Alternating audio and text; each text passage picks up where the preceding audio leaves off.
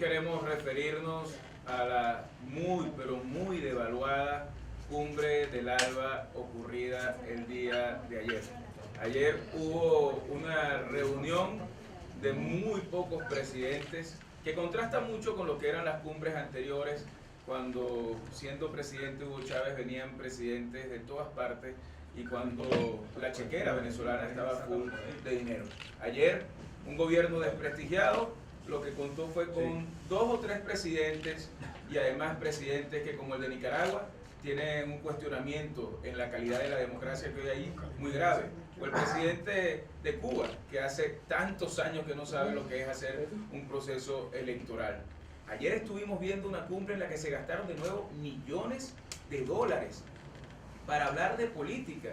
pero para decir absolutamente nada de los problemas de la gente. Esta misma semana pasada veíamos a Nicolás Maduro decir que estábamos y habíamos asistido al mejor carnaval en la historia de Venezuela.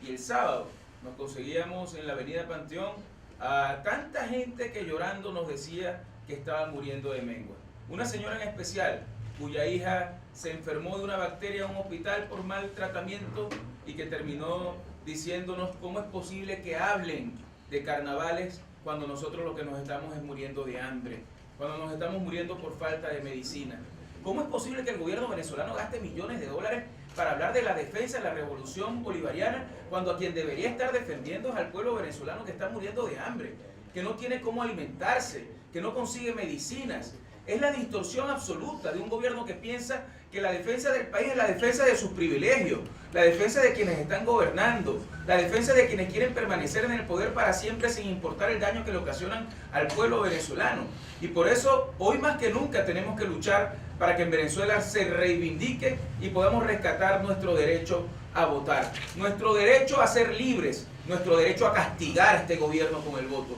a sacarlos del poder y a tener gobernadores y alcaldes que sí puedan ejercer una labor en función de la gente, a tener un nuevo presidente que se preocupe y que tenga un poquito de sensibilidad social frente a lo que está pasando en Venezuela. Hoy, frente a lo que ocurrió el día de ayer,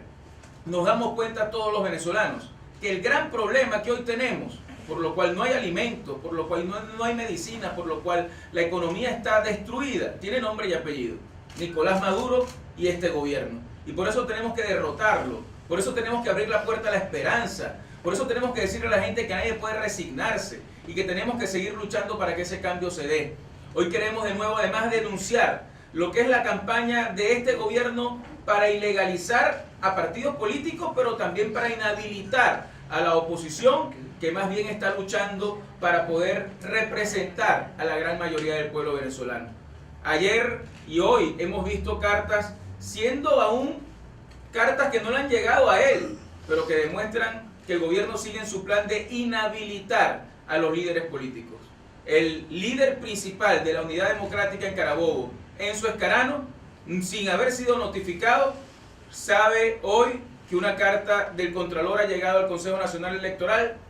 en la cual se le inhabilita por 15 años. Y tenemos la información de que esa lista crece y que hay muchísimos otros dirigentes políticos que pudieran ser inhabilitados también. Este gobierno le tiene miedo a lo que significa el escrutinio del pueblo cuando vaya a votar y los vaya a castigar. Y lo que no terminan de entender es que la molestia del pueblo no se va a reflejar en una cara, sino se va a reflejar en todo un equipo, en toda una muestra y ideas que nosotros queremos tener en la unidad para poder derrotarlo. Y que hagan lo que hagan, inhabiliten a quien inhabiliten, esta lucha va a continuar y nosotros no vamos a dejar de existir y nosotros vamos a seguir liderando al pueblo y nosotros vamos a lograr que este país pueda cambiar. Por eso también anunciamos que este tipo de cosas están siendo llevadas también a instancias internacionales para que el expediente que hoy lamentablemente ha llenado este gobierno de arbitrariedad, de persecución, de lamentables hechos, además de